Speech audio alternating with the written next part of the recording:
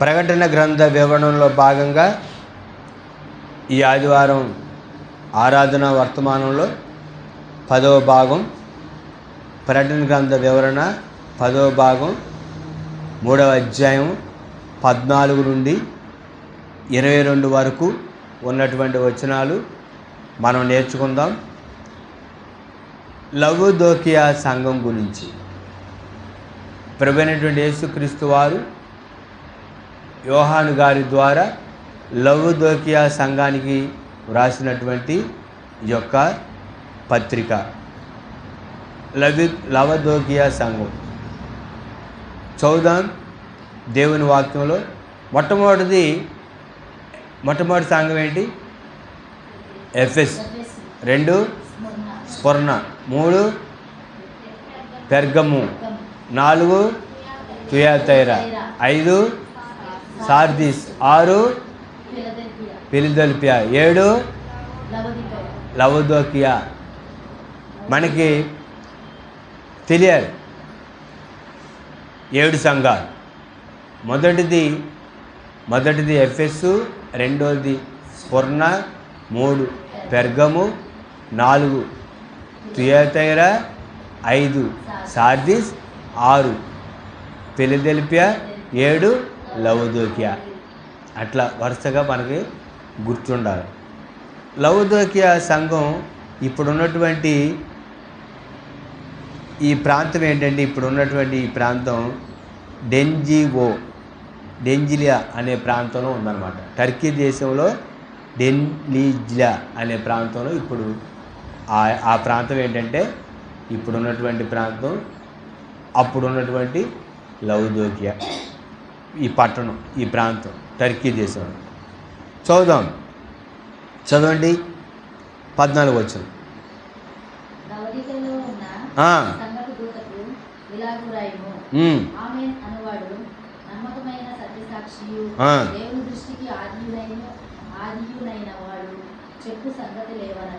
చాలు. లవోదోకియాలో ఉన్న సంఘపు దూతకు ఇలాగ వ్రాయము. ఈ సంఘం లవోదోకియా అనేటటువంటి ప్రాంతంలో ఉన్నటువంటి సంఘం. లవోదోకియా పట్టణంలో ఉన్నటువంటి సంఘానికి ఈ యొక్క దేవుడు యోహాను గారి ద్వారా ఈ పత్రికను వ్రాయించారు. ఇప్పుడు ఈ ప్రాంతం ఏంటంటే డెనిబ్లో అనే ప్రాంతంలో ఉంది, టర్కీలో. తన భార్య లవోదోకియా పేరు మీదుగా సిరియాకు చెందిన రెండవ అంతియోకస్ క్రీస్తు శకం 3వ శతాబ్దంలో ఈ పట్టణాన్ని స్థాపించాడు. వస్త్ర పరిశ్రమ, తివాచీ తయారీ, ఉన్ని ఉత్పత్తి, బ్యాంకుకు సంబంధించినటువంటి విధానాలు లవోదోకియా ప్రసిద్ధిగాంచినటువంటి పట్టణం. రోమా సామ్రాజ్యం అంతటా వాడుకలో ఉన్నటువంటి కంటి లేపనాలు తయారు చేసే వైద్య కేంద్రం ఈ పట్టణంలో ఉంది. క్రీస్తు శకం 60లో సంభవించిన ఘోరమైన భూకంపం ఈ పట్టణాన్ని తీవ్ర వినాశనానికి కలిగించినప్పటికీ రోమా సామ్రాజ్యం నుండి ఎటువంటి సహాయం లేకపోయినా వీరు పట్టణాన్ని తిరిగి నిర్మించుకున్నారు. వ్యాపార రంగానికి వైద్యం, విద్య, పరిపాలన ముఖ్య కేంద్రం ఈ యొక్క లవోదోకియా ప్రాంతం. లవోదోకియా ప్రాంతంలో ఎక్కువగా కంటి మందులకు ప్రసిద్ధి అన్నమాట. అక్కడ కంటి మందులు ప్రసిద్ధి కేంద్రం ఉంది. దేవుడు 7 సంఘాల్లో ఎక్కువగా ఖండించిన సంఘం ఏంటంటే లవోదోకియా సంఘాన్ని దేవుడు ఖండించాడు. ఆనాడు లవోదోకియా సంఘం ఎలాగుందో ఈనాడు క్రైస్తవ సమాజంలో స్థానిక సంఘాలు 90% అలాగే ఉన్నాయి. 90% స్థానిక సంఘాల పరిస్థితి ఎలాగుందంటే ఆనాడు లవోదోకియా సంఘ పరిస్థితి ఎలాగుందో ఈనాడు స్థానిక సంఘాల యొక్క పరిస్థితి కూడా అదే విధంగా ఉంది. కనుక ఆనాటి సంఘానికి దేవుడు ఏ విధంగా రాయించారు అని నేర్చుకుంటూ ఈనాటి స్థానిక సంఘాలను వాక్యంతో సవరిస్తూ మనము విశ్వాస ఆత్మీయ జీవితంలో ముందుకు సాగుదాము. చూడండి, లౌదోకియా సంఘాన్ని గురించి దేవుడు వ్రాయించినటువంటి విషయాలు ఈ యొక్క సంఘాన్ని గురించి ఉన్నాయి. తాము భౌతికంగా వర్ధిల్లుతున్నప్పటికీ వారు దేవుడిని నమ్మి దేవుడి ద్వారానే మేము వర్ధిల్లుతున్నాము, అభివృద్ధి చెందుతున్నాము అని వారు నమ్మని స్థితిలో ఉన్నారు. నిజానికి వారిలో ఆధ్యాత్మికత లేదు. వారు ఎక్కువగా భౌతిక విషయాలపై ఆధారపడటం వలనే దేవునిలో నిజమైన విశ్వాసం కలిగి ఉండలేకపోతున్నారు. క్రీస్తు సంపూర్ణమైనటువంటి తృప్తి కలిగిస్తారు వారి జీవితాల్లో అనే సాక్ష్యాన్ని లేకుండా వారు ఉన్నారు. నిజమైనటువంటి సాక్షి భౌతికమైన విషయాలపై ఆధారం ఉన్నటువంటి సృష్టికర్తగా దేవుడు తనను తాను పరిచయం చేసుకున్నాడు. ఈ యొక్క లవోదికీయ సంఘాన్ని గురించి చూడండి. ఆమేన్ అంటే ఆమేన్ అనేటటువంటి పేరు కలిగిన వారు యేసుక్రీస్తు ప్రభు. ఆమేన్ అంటే అవునుగాక, నెరవేరునుగాక అని అర్థం. ఇక్కడ చూడండి, దేవుని వాక్యం ఏం చెప్తుంది? నమ్మకమైన సత్య సాక్షియు. దేవుడు ఎవరంటే నమ్మదగినటువంటి దేవుడు. దేవుడు ఎవరంటే నమ్మదగిన వాడు. అందుకని దేవుని వాక్యం ఏమని రాయబడిందో తెలుసా? మనము నమ్మదగిన వారు కానప్పటికీ కూడా ఆయన నమ్మదగిన వాడు. మనం నమ్మకమైన వాళ్ళం కాదు, కానీ మనం ఆరాధించే దేవుడు ఎవరు? నమ్మకమైన వాడు. నమ్మకమైన దేవుడు మనం ఆరాధిస్తాం. నమ్మదగిన వాడు దేవుడు. అదేంటంటే దేవుడు నమ్మదగిన వాడు. ఎప్పటి వరకు నమ్మకదగిన వాడు? మన జీవితకాలం వరకు నమ్మదగిన వాడు. మనం ఈ లోకంలో ఉన్నంత కాలం నమ్మదగిన వాడు. ఈ లోకాన్ని విడిచిన తర్వాత కూడా నమ్మదగిన వాడు. అందుకని ఆయన ఏమని చెప్పాడు? నేనుండు స్థలంలో మీరుండు లాగున నేను వచ్చి మరలా మిమ్మల్ని తీసుకొని వెళ్తాను, నమ్మండి అని చెప్పాడు. కనుక నమ్మకమైనటువంటి దేవుడిని మనం ఆరాధిస్తూ ఉన్నాం. మన దేవుడు నమ్మకమైన వాడు. మనం కూడా నమ్మకం కలిగి జీవించాలి. దేవుని సృష్టికి ఆది ఉన్నవాడు చెప్పు సంగతులు ఏమనగా, యేసుక్రీస్తు ప్రభువారు ఎవరయ్యా అంటే దేవుడు సృష్టించినటువంటి ఈ సృష్టికి మూలం, ఆది అంతము నేనే, ఆల్ఫా ఓమేగా నేనే మొదటి వాడును, నేనే కడపటి వాడును, నేనే ఆల్ఫా నేనే ఓమేగా అని దేవుడు చెప్పాడు. అందుకనే అపోస్తలుడైనటువంటి పౌలు గారు కొలస్సీ సంఘానికి పత్రిక రాస్తూ సృష్టించబడింది ఏది కూడా యేసుక్రీస్తు లేకుండా సృష్టించబడలేదు అని తన పత్రికలో రాశారు. అదేంట ఒకసారి చూడండి, దేవుని వాక్యం కొలస్సీలకు రాసిన పత్రిక, పౌలు గారు కొలస్సీలకు రాసినటువంటి పత్రిక, దేవుని యొక్క వాక్యంలో ఉన్నటువంటి విషయాన్ని మనం చూద్దాం. కొలస్సీలకు రాసిన పత్రిక పౌలు గారు చూడండి, ఫిలిప్పీలకు రాసిన పత్రిక తర్వాత ఉన్నటువంటి పత్రిక కొలస్సీలకు రాసిన పత్రిక చదవండి. ఇక్కడ చూడండి, దేవుని వాక్యం 15వ వచనం, మొదటి అధ్యాయం 15వ వచనం.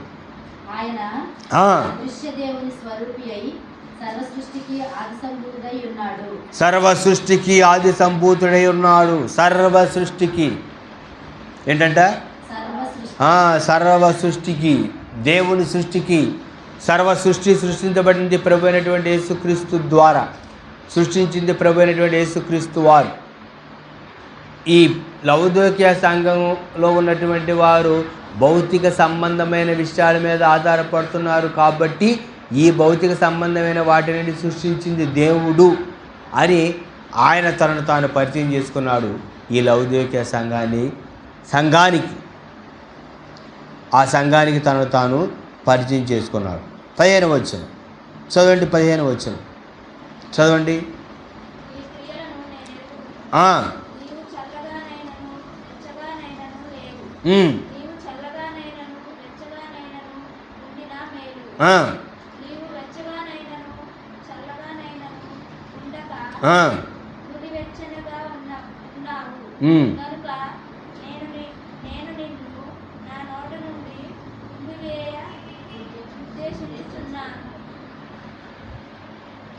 దేవుని వాక్యంలో రాయబడినటువంటి విషయం ఏంటంటే, లౌదోకియ సంఘాన్ని గురించి ప్రభు పలికినటువంటి మాట ఏంటంటే 15వ వచనంలో, లౌదోకియ పట్టణంలో వెచ్చటి నీళ్లు వెళ్తూ ఉన్నాయి అక్కడ ఆ ప్రాంతంలో. కనుక దానిని భౌతిక సంబంధమైన విషయాన్ని గుర్తు చేస్తూ దానిలో నుండి ఒక ఆత్మీయ సత్యాన్ని, ఆధ్యాత్మిక సత్యాన్ని దేవుడు నేర్పుతున్నారు లౌదోకియ పట్టణంలో ఉన్నటువంటి ప్రభు అయినటువంటి యేసుక్రీస్తు వారి యొక్క సంఘానికి. ఈ యొక్క లౌదోకియ సంఘానికి మనం పెట్టుకున్నటువంటి పేరేంటంటే, ఈ యొక్క సందర్భానికి, ఈరోజు వాక్యానికి మనం పెట్టుకున్నటువంటి పేరేంటంటే గోరువెచ్చని క్రైస్తవ జీవితం. ఏంటి? నీళ్ళు కాగిరియా చూడండి అంటే ఏమంటారు? గోరెచ్చగా. దాన్ని నులివెచ్చగా. ఏంటి? చల్లగా లేవు, వేడిగా లేవు, గోరువెచ్చగా. అందుకనే గోరువెచ్చని క్రైస్తవ జీవితం. అర్థమైందా? నీవు చల్లగానైనను వెచ్చగానైనను లేవు. చల్లగా అంటే లోకంలో ఉన్నవారు ఎలా ఉన్నట్టు చల్లగా. వెచ్చగానైనా లేవు. వెచ్చగా అంటే దేవునిలో. నీవు చల్లగానైనను వెచ్చగానైనా ఉండినా మేలు. చల్లగా ఉంటే లోకంలో నరకానికి వెళ్తావు, వెచ్చగా ఉంటే నిత్య జీవంలోకి వెళ్తావు. నీవు వెచ్చగా చల్లగా ఉండక నులివెచ్చగా ఉన్నావు కనుక నేను నా నోటి నుండి ఉమ్ము వేయను ఉద్దేశించున్నాను. ఈనాడు క్రీస్తుని అంగీకరించినటువంటి వారు క్రైస్తవ సమాజంలో, స్థానిక సంఘాలలో చాలా సంఘాలు ఎలా ఉన్నాయి? గోరువెచ్చని క్రైస్తవ జీవితాన్ని జీవిస్తూ ఉన్నారు. లోకం కావాలి, దేవుడు కావాలి. దేవుడే, లోకమే, రెండు కావాలి. అటు లోకంలో ఉండే విధానం అంతా కావాలి, ఇటు క్రీస్తులో ఆశీర్వాదాలు కావాలి. మరి ఎలా సాధ్యపడింది అది? నీవు చల్లగానైనా వెచ్చగానైనా ఉండినా మేలు. నువ్వు చల్లగానైనా వెచ్చగానైనా ఉండక నువ్వు ఎలాగున్నావంటే నులివెచ్చగా ఉన్నావు కనుక నేను నిన్ను నా నోటి నుండి ఉమ్మేను ఉద్దేశించున్నాను. చూసారండి, ప్రభు ఇక్కడ హెచ్చరిస్తున్నాడు సంఘాన్ని. దేవుడు లౌదోకియ సంఘాన్ని హెచ్చరించినంతగా ఏ సంఘాన్ని హెచ్చరించరా. ఈనాడు క్రీస్తు రెండో రాకడకు సిద్ధపడుతున్నటువంటి క్రైస్తవ స్థానిక సంఘాలను ప్రభు హెచ్చరిస్తున్నట్టుగా ఎప్పుడు హెచ్చరించరా. ఇప్పుడు అదే పరిస్థితి ఉందన్నమాట. అదేంటారా? అదే పరిస్థితి. నులివెచ్చని క్రైస్తవ జీవితం. మందిరంలో ఉన్నంత వరకు దేవుడు, తర్వాత దేవుడు లేడు, వాక్యం లేదు, బైబిల్ లేదు, దేవుని ఆరాధించడం లేదు, ఏమీ లేదు. ఆ స్థితిని దేవుడు హెచ్చరిస్తున్నాడు. నా నోటి నుండి ఉమ్ము వేయను ఉద్దేశించున్నాను. ఉమ్ము దేనికి వచ్చింది? ఉమ్ము ఎప్పుడు వచ్చింది? అసహించుకున్నప్పుడు వచ్చింది ఉమ్ము. ఎప్పుడు వచ్చిందండి? ఎప్పుడు వచ్చింది? అసహించుకున్నాడు. చి నీది ఒక బతికేనారా తూ అంటారు. అర్థమైంది మీకు? ఏమంటారు? తూ నీది ఒక బతికేనారా అంటారు. అంటారా? అంటే ఏం చేస్తున్నట్టు అండి? అసహించుకున్నట్టు. ఏం చేస్తున్నట్టు? అసహించుకుంటేనే వచ్చింది. తూ అంటారంట. చి తూ నీది ఒక బతికేనారా, నువ్వు బతుకుతాను కుక్క బతుకుతుందంట. కొంతమందిని చూసినప్పుడు నీకే అంత అసహ్యం ఇచ్చి ఉమ్ము ఊస్తే నువ్వే, మరి నీ ఆత్మీయ జీవితాన్ని చూసినప్పుడు ప్రభువుకి కూడా ఏమొచ్చింది? అక్కడ ఉమ్మొచ్చింది అంటే మనకి ఉమ్మొచ్చింది, ఆయనకి మనకు అర్థమైన దాన్ని ప్రభు చెప్తున్నాడు. అసహ్యం ఉమ్మంటే. మరి నీ ఆత్మీయ జీవితాన్ని చూసినప్పుడు ప్రభు ఏం చేస్తున్నాడు? మెచ్చుకుంటున్నాడా? అసహించుకుంటున్నాడా? అసహించుకుంటున్నాడా? లౌదోక్య సంఘం ద్వారా దేవుడు ప్రకటన గ్రంథ వర్తమానాలు వివరణలో మనల్ని దేవుడు హెచ్చరిస్తున్నాడు, అసహించుకుంటున్నాడు. అదేంటంటారా? ఈ వచనం ద్వారా మనం నేర్చుకోవాల్సినటువంటి సత్యం ఇది, వాస్తవం ఇది. తర్వాత 17వ వచనం.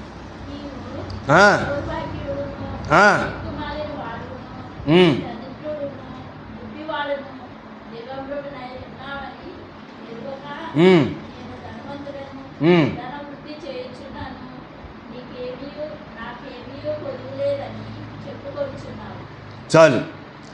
క్రైస్తవులు ధనవంతులు. ఎవరు? లౌదోకియాలో ఉన్న క్రైస్తవులు ధనవంతులు, ఏమీ కొదువులేని వారు.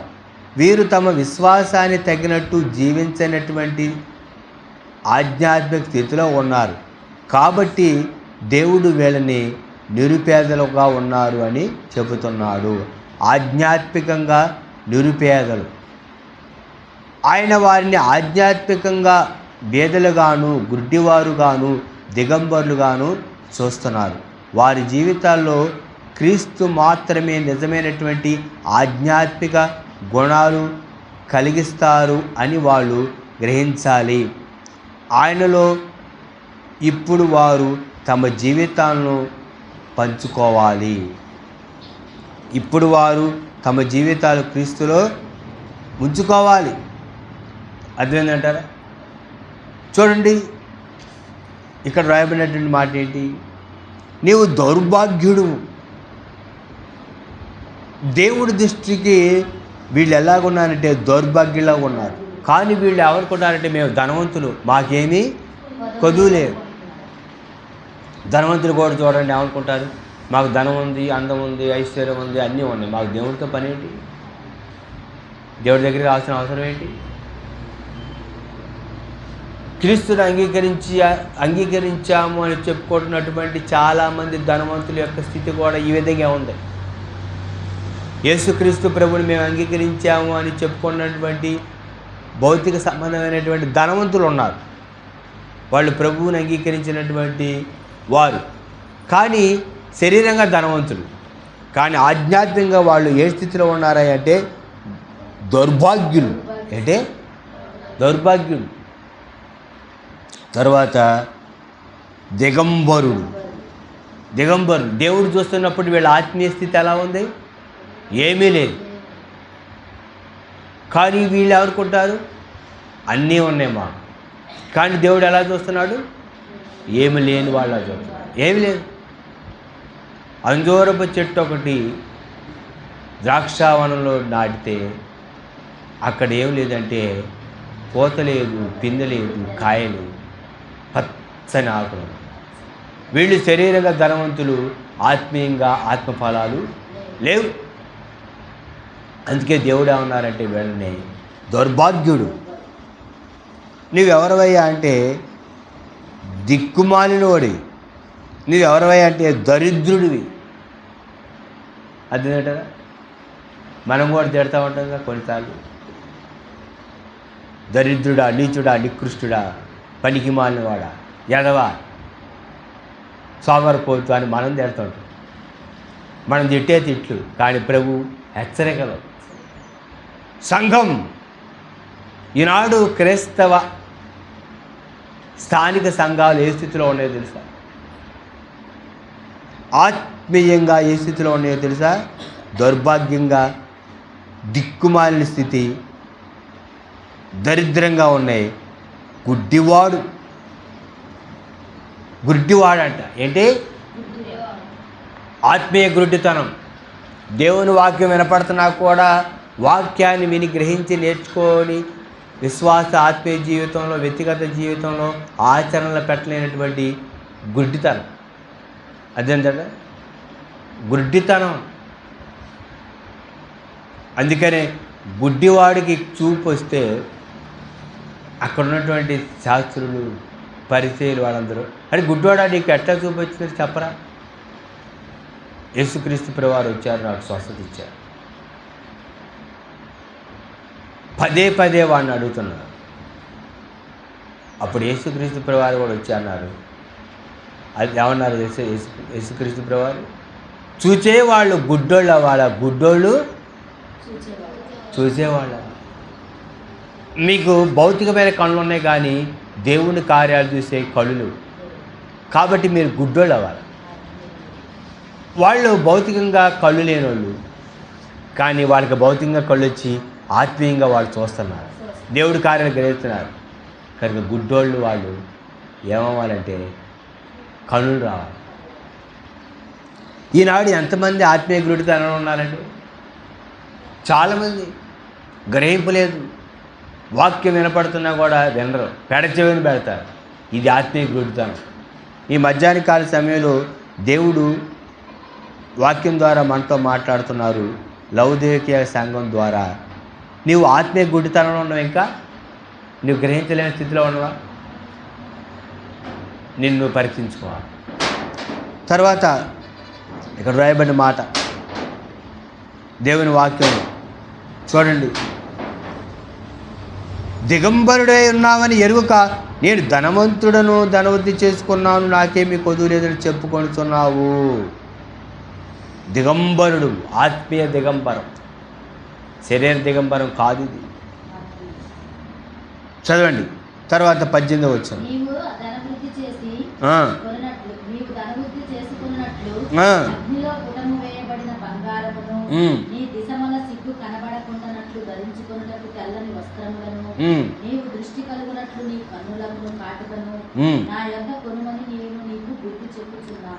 ఐశ్వర్యవంతులైన లౌదీకీయ పట్టణంలో ఉన్నటువంటి వారు బంగారం, ఆభరణాలు, విలువైన వస్త్రాలు ధరించేవారు. పేతురు గారు రాసిన మొదటి పత్రిక 1వ అధ్యాయం 18-19 వచనాల్లో వ్రాయబడి ఉంది. అదేంటారా? బంగారము అగ్నిలో ఏమైంది? పుటవేయబడింది, మేలి బంగారంగా ఉంటుంది. అలాగే మీ విశ్వాసము అమూల్యమైనటువంటి విశ్వాసంగా ఉండాలని దేవుని వాక్యంలో వ్రాయబడి ఉంది. నిజమైనటువంటి విశ్వాసం బంగారానికి గుర్తు. తర్వాత అక్కడ వ్రాయబడిన మాట ఏంటి? నీ దిశం వల్ల సిగ్గు కనపడుకున్నట్టు ధరించుకున్నట్టుకు తెల్లని వస్త్రాలు. తెల్లని వస్త్రాలు పవిత్రతకు గుర్తు. మూడోది, నీకు దృష్టి కలుగునట్లు నీ కనులకు కాటుకును నా యొద్ద కొనమని నీకు బుద్ధి చెప్పుచున్నాను. ఏం చెప్తున్నాడు ప్రభు? బుద్ధి. అక్కడ లౌదీకీయ పట్టణంలో కంటి లేపనాలకు ప్రసిద్ధి, కంటి మందులకు ప్రసిద్ధి. కనుక దేవుడు ఏమని చెబుతున్నాడు ఇక్కడ చూడండి, నీ కనులకు కాటుకును నా యొద్ద కొనమని నీకు బుద్ధి చెప్పుతున్నాను. కాటుకు కొనమని చెప్తున్నాడంట దేవుడు. కాటుకు అంటే నిజంగా కాటుకు అంటమా? కాదు. వాక్యం అనేటటువంటి కాటుక నీ కళ్ళకు పెడితే అప్పుడు నీ కళ్ళు తేటగా కనపడతాయి. అర్థమైందంటారా? ఎందుకు పెడతారండి కాటుక? కాటుక ఎందుకు పెట్టుకుంటారు? ఆడవారు కాటుక ఎందుకు పెట్టుకుంటారు? కళ్ళు మంచిగా కనపడతాయి, తర్వాత ఒంట్లో ఉన్న వేడి తగ్గిద్ది, అది కాటుక పెట్టుకుంటారు. ఇక్కడ ప్రభు ఏమంటారు?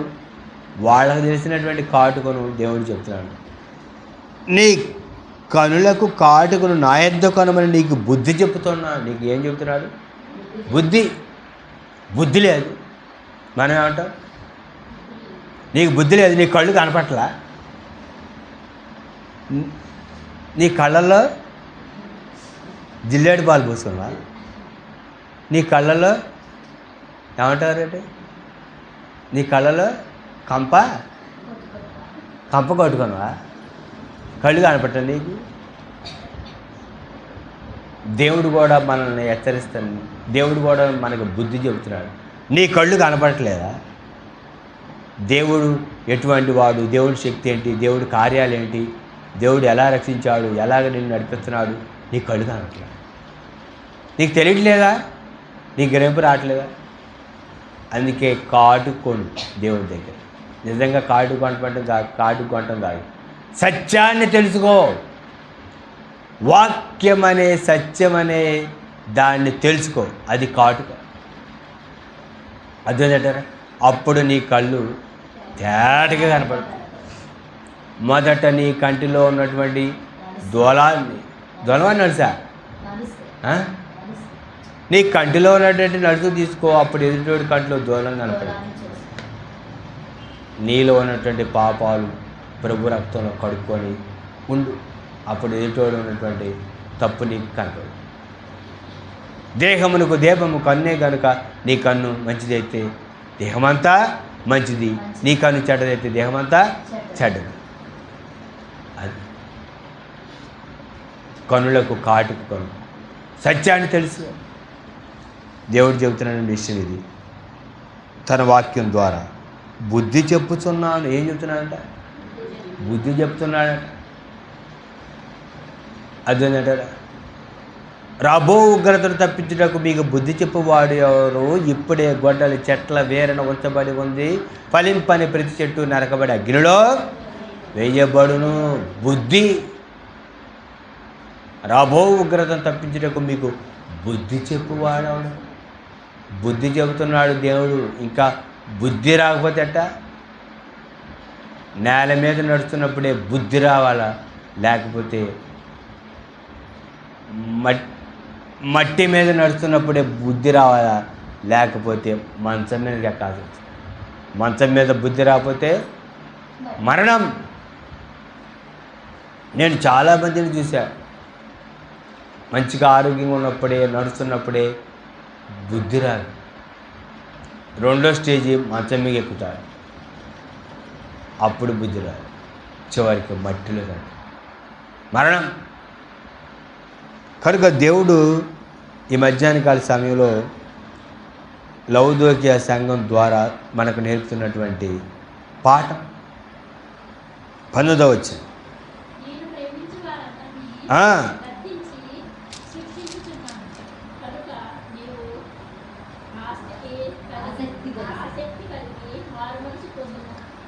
నేను ప్రేమించు వారినందరినీ గద్దించి శిక్షించున్నాను. దేవుడు మనల్ని ప్రేమిస్తున్నాడు కాబట్టి మనల్ని ఏం చేస్తాడు? దేవుడు మనల్ని ప్రేమిస్తున్నాడు కాబట్టి ఏం చేస్తాడు? గద్దిస్తాడు. గద్దించి ఏం చేస్తాడు? ఈరోజు నీకు మధ్యాహ్నం అన్నం పెట్టం, సాయంత్రం అన్నం ఒకేసారి నీకు బుద్ధి రావాలి. అది గద్దించి మన పిల్లల్ని ఏం చేస్తాం? శిక్షిస్తామండి. ఎందుకు శిక్షిస్తాం? బుద్ధి రావాలి, సరి చేయబడాలి, నేర్చుకోవాలి. అందుకు శిక్ష. అంటే మన కఠినమా? ప్రేమ ఉన్నవాడు, ప్రేమ లేనివాడు? ప్రేమ ఉన్నవా, ప్రేమ లేనివాడు? మన పిల్లకి మన మీద ఏముంది? ప్రేమ. చాలామంది ఏమంటారు కొడుతుంటే, నువ్వు అంత కఠినరాలువా, నీకు ప్రేమ లేదు, అంత కొడతా అటు కొడతాను పెట్టి పిల్లలు. ప్రేమ ఉంది కాబట్టి కొట్టేది, ప్రేమ లేకపోతే ఎటపడితే నాకిది పని. తండ్రి ప్రేమించు కుమారుని గద్దించి శిక్షించును. నేను ప్రేమించు వారందరినీ గద్దించి శిక్షించున్నాను. నేను ప్రేమించు వారందరినీ. దేవుడు ప్రేమిస్తున్నాడు అందరినీ. దేవుడు అందరినీ ప్రేమిస్తున్నాడు కాబట్టి అందరినీ గద్దిస్తాడు. అందరినీ గద్దిస్తున్నాడు కాబట్టి అందరినీ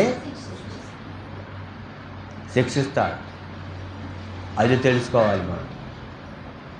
దేవుడు నన్ను ప్రేమిస్తున్నాడు కాబట్టి గద్దిస్తాడు, గద్దించాడు కాబట్టి శిక్షిస్తాడు అని తెలుసుకోవాలి. కనుక ఈ వాక్య భాగం ద్వారా మనం నేర్చుకోవాల్సినటువంటి వాస్తవ సత్యం ఇది. తర్వాత చూడండి, అక్కడ కనుక నీవు ఆసక్తి కలిగి మారు మోసిపోండు. ఏం కలిగి? ఆసక్తి కలిగి, ఇంట్రెస్ట్. అయ్యా మారు మోసిపోండి, అయ్యా పాపాలు ఒప్పుకోయా, రక్షణ పొందయ్యా, ప్రభువైన యేసుక్రీస్తుని సొంత రక్షణ అంగీకరించి మారుమనసుకుని బాప్తి తీసుకోబోయా అంటే చాలామంది అంటారు ఆసక్తి ఉండదు. చూద్దాంలేండి అయ్యగారు, ఏమి లేదు, ఆసక్తి ఉండాలి. ఏముండాలట? ఆసక్తి. మరి నిజంగా ఆసక్తి ఉందా మనకు? చాలామందికి ఆసక్తి ఉండదు, మారుమనసు పొందరు, ఆసక్తి ఉండదు. ఏదో ఆచారంగా చేస్తారు కానీ ఆసక్తిగా చేయరు. ఈ మధ్యాహ్న కాల సమయంలో ఈ వాక్యం ద్వారా నేర్చుకోవాల్సింది ఏంటంటే ఆసక్తి ఉండాలి. చాలామందికి ఈరోజు ఏమి లేదు తెలుసా? ఆసక్తి లేదు. చదువుదాంలే బైబిల్, చేద్దాంలే ప్రార్థన, నేర్చుకుందాం పాటలు, చాలా టైం ఉంది. సమయం పోనీక సద్వినియోగం చేసి, కాలం బహు కొంచెమేగా. ఏంటండి?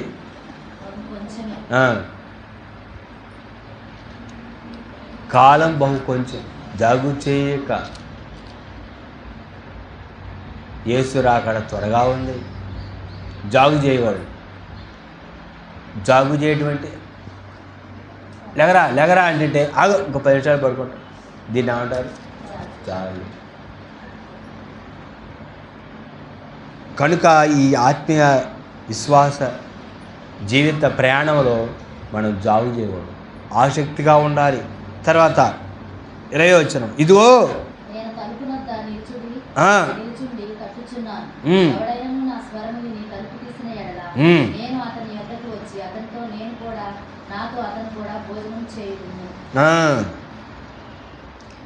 ఎవడైనను, ఏంటండి? కుల మత వర్గ వర్ణ జాతి ప్రాంతీయ దేశ విదేశ భేదం లేదు.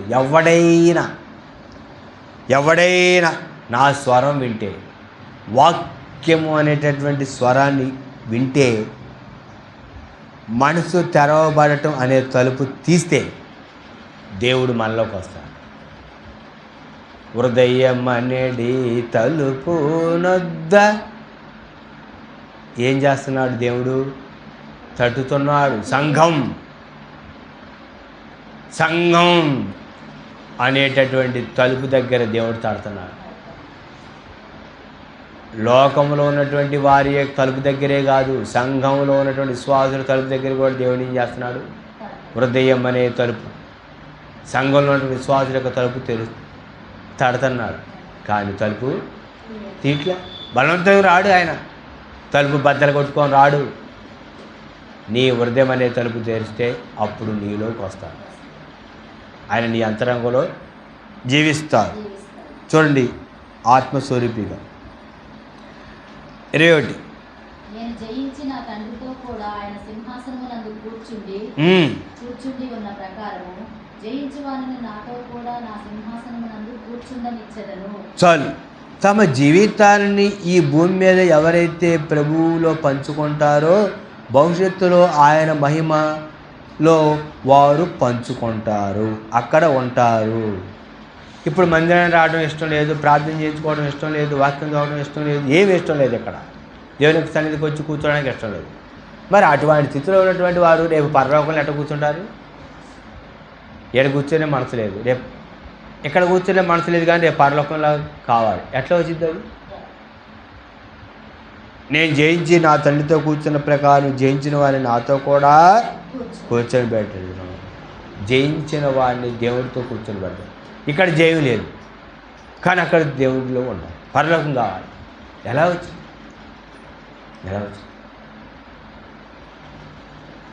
చూడండి, చాలామంది అంటారు క్రీస్తునందు నిద్రించిన వారు ధన్యులు.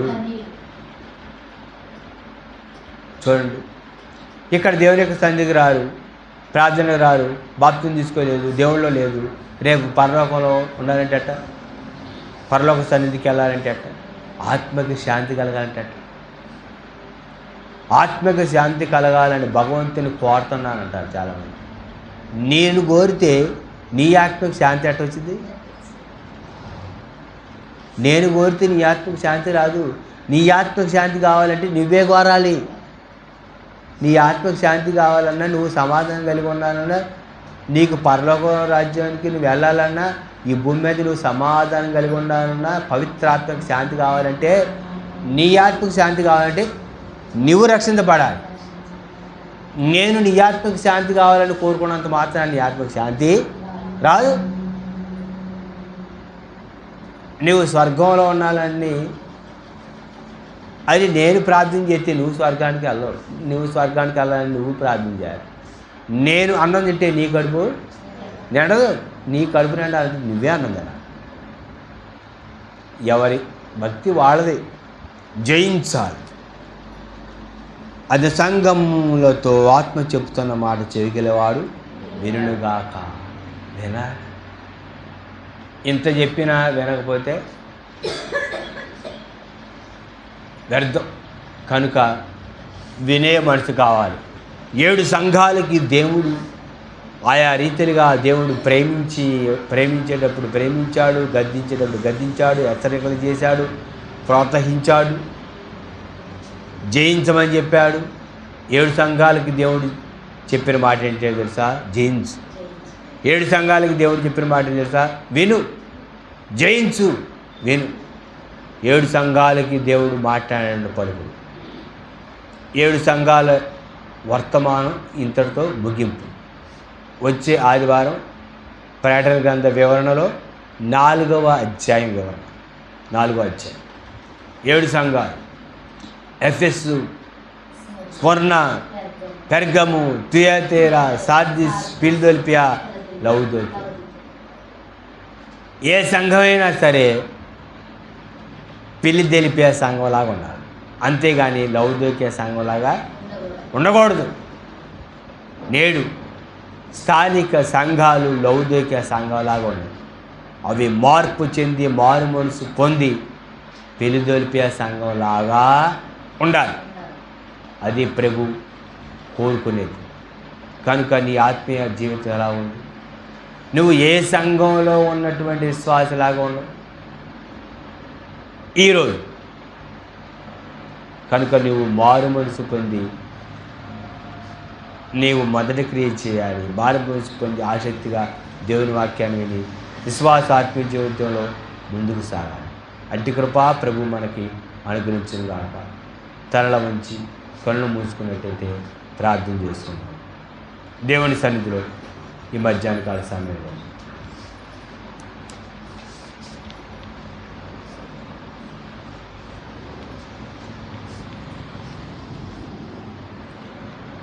దేవుడు ఆనాడు యోహాను గారి ద్వారా 7 సంఘాలకు ఏ విధంగా తనను ఎలా ఉండాలి అని ప్రభు పత్రిక ద్వారా తెలియజేశారు. 7 సంఘాలు కూర్చున్నట్టు వర్తమానాలు మీరు వినండి. థియతైరా సంఘం మరి వచ్చే వారం అప్లోడ్ చేయడం జరుగుతుంది. 7 సంఘాల వర్తమానం వినండి. ప్రకటన గ్రంథ వివరణలో భాగంగా ఈరోజు 10వ భాగం వివరించడం జరిగింది. వినండి, నేర్చుకోండి, ఆత్మీయంగా ఎదగండి. ప్రభు అయిన యేసుక్రీస్తు వారి కొరకు జీవించండి. ప్రభు రా కొరకు సిద్ధపడండి. అతి కృప ప్రభు మనకు అనిపించింది కాక. కొత్తగా మన ఛానల్ చూస్తున్నవారు మోస్ట్ హై ఫెలోషిప్ అనే ఛానల్ సబ్స్క్రైబ్ చేసుకోండి. మా యొక్క ఫోన్ నెంబర్ 86 39 26 26 47. దేవుడికి స్తోత్రం. అందరికీ వందనాలు. యేసుక్రీస్తు నామములో మీ సహోదరుడు పాస్టర్ ఆర్ డానియల్. ఆమేన్.